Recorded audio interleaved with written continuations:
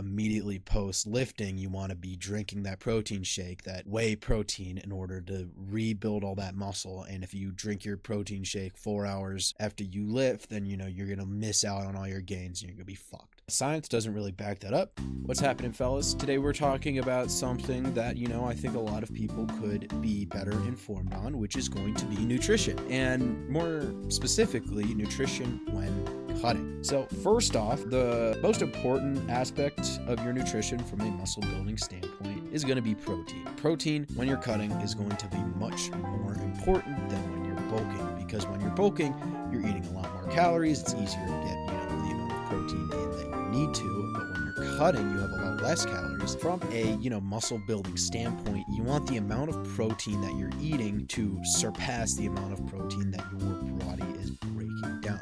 Because when you're building muscle, your body needs to break down these proteins in order to grow. Any kind of person that's going to be athletic, or especially if you're building muscle, you're going to want to be eating more protein than your typical person. So how much protein is that? Studies have found that amounts greater than 1.6 grams to kilogram per day don't really contribute to further resistance-based training gains. Another review says that 2.2 grams per kilogram per day could also be beneficial. So I would say from that 1.6 to 2.2 grams per kilogram per day is beneficial. So that's kind of why you hear the number 1 gram of protein per pound of body weight per day. And that number does make sense. It's not entirely based in science, but if it's easy for you to remember, I would recommend going off of that. But going less than that isn't going to kill you. It's going 100 grams less than that you're probably not going to be building muscle as effectively as if you're getting more in.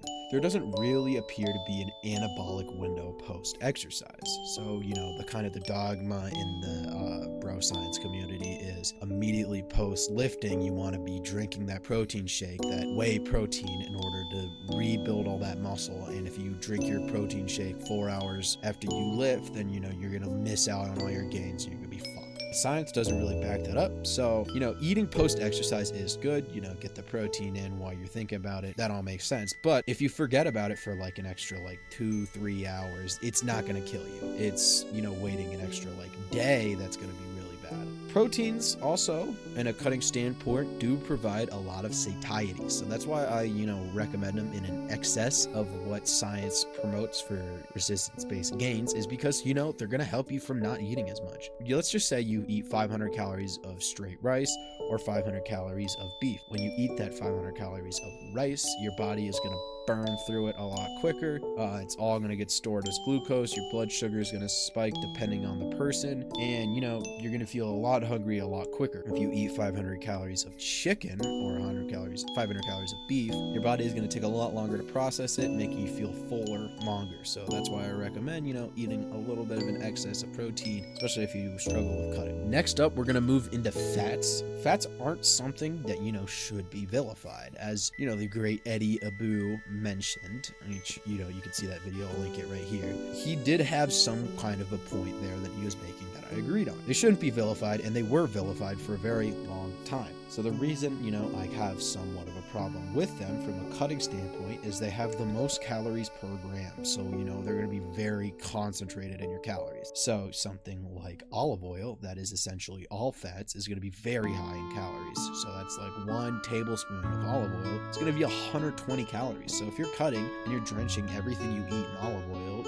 and you're not tracking it, that could be an extra 500 to 600 calories that you're getting in that you don't even know about. How much fat should you be eating? Shooting for 20 to 30% of your calories to be fats is a good metric, and it's kind of the agreed upon amount through the literature. The good kinds of fats would be these omega-3s and omega-6s in fishes like salmon and oils. So yeah, you don't want to cut all of your olive oils and other oils out, because they are a very good source of that good dietary fat. But it should be noted also in a study done that sufficient intakes of dietary protein and carbohydrates shouldn't be compromised by a high dietary fat diet. So, look out for that.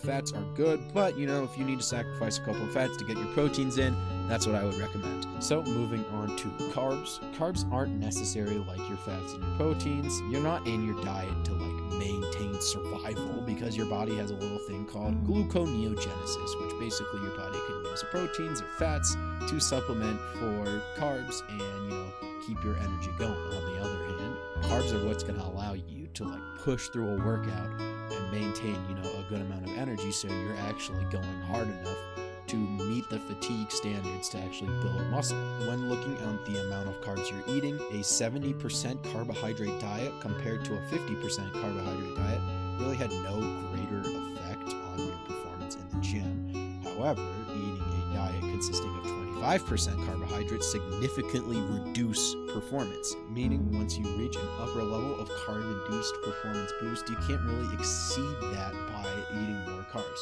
And eating less is just going to inhibit your performance in the gym. So you want to be meeting that threshold. If you're getting enough carbs to make it through your workouts and be productive in the gym, but you're not eating too much, or you're starting to sacrifice, proteins or fats. So I recommend, if you're creating, a cutting plan for dieting, I'd recommend eating around 35 to 45% carbs. It's just going to be a good amount to shoot for, maintain your energy levels, and feel good throughout the day. Carbs pre-workout, I would very much recommend, to get that boost of glucose stores before you work out, and also carbs intra-workout in the form of, a Gatorade or something. Pack a little Gatorade along with you next time you work out and just swig on that throughout your workout, and that's going to keep your glucose stores filled and you're, feeling fucking good. So, overall cutting, I've given you the macros, I've given you the amounts, but, overall, how are you going to structure your plan? So I would recommend starting off with finding your maintenance calories. What does that mean? So you're going to go online. They have maintenance calorie trackers online that you can find, where you just type in your age, your weight, your height, and stuff like that, your activity level, and it'll spit out your maintenance calories. Now, once you have that, that is basically going to be the amount of calories your body needs to, maintain the same amount of body fat and function throughout the day. So if you eat at your maintenance, you're not going to gain weight or lose weight. You're going to maintain right at the middle. So what you're going to want to do for cutting is you're going to want to go 200 calories below that to start off. Let's say your maintenance calories is at 3,000 calories a day. You're going to want to eat at 2,800 calories per day. Another way to do this would be going into MyFitnessPal, amount of calories you need in a day, and then it'll also spit out a general metric for how many macros. You could go in and change it, and I would recommend you do change it, and I'll put up a little pie chart here it'll be like a little circle, and then how many calories you want to eat per each group. Throughout your cut, you're going to metabolize that amount of calories that you start at after a couple weeks. So basically, when you cut for a couple weeks, your body is going to metabolize that amount differently, and then that's going to become your new maintenance. So if we go back to our example of you starting at 3,000, then you went to 2,800, after a couple weeks or so, your body will metabolize that 2,800, and that'll become your new base amount for your maintenance calories. So after that, you're going to want to cut it down another 200 and another 200 and another 200 as you go on throughout the weeks until you reach your target weight. In order to track if your body's metabolizing that amount and that becomes your new maintenance, I'd recommend tracking your weight. That's going to be the easiest one. For me, I go to Happy Scale, which is like a little app that I found. I'm not sponsored, by the way, by any of this. I doubt anyone thinks I am, because this channel's fucking tiny, or if anybody even made it to this part of the video. Going to something like Happy Scale, you're going to be able to track your weight throughout the weeks. Every time you hit a plateau and your weight isn't going down anymore, you just cut it down another 200 and you'll be dipped back down. What kind of diet you choose overall, if you go with the macros I choose, or if you go with something like keto or something like carnivore, something like that, vegan, vegetarian, as long as you're eating below your maintenance calories, you're gonna cut weight. If you eat 3,000 calories of a Mediterranean diet versus 3,000 calories of just straight fucking Oreos, you're gonna lose weight at the same pace.